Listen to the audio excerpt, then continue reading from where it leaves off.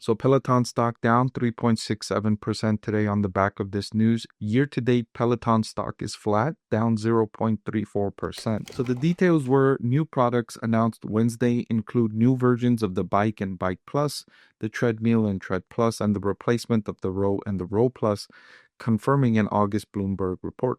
The hardware on each of the products gains a swivel screen so the display can move, letting users switch to activities like yoga or Pilates off the device while still viewing the screen. So to go along with these new models, Peloton is implementing significant price increases with an average bump of around 11% for hardware and 19% for the subscription fees.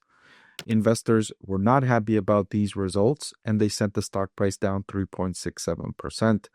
In combination, comprehensively, investors are concerned that Peloton had already been experiencing a decrease in customer engagement and customer subscriptions in recent quarters as it has increased prices, cut back on spending to try and get its financials under control. If we zoom out a little bit, Peloton absolutely thrived during the pandemic.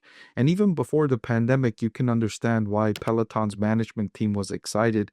In the years leading up to the pandemic, Peloton had doubled revenue for 5 straight years. And then they went into the pandemic, and of course, sales soared again, tripling in a single year. And so the management team got really excited, and they thought that demand for its products were explosive and continuing to increase. And they didn't place enough of a factor on the fact that gyms were closed in the United States and in many parts of the world, which fueled demand for Peloton's products and services.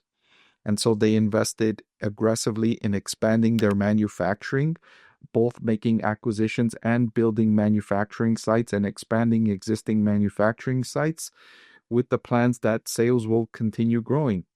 Unfortunately, when gyms started reopening around the world, especially in the United States, sales demand for Peloton's products collapsed, and the company was left with all of this extra manufacturing and all of these commitments with suppliers to make purchases when customer demand wasn't there. So I updated my fair value calculation for Peloton.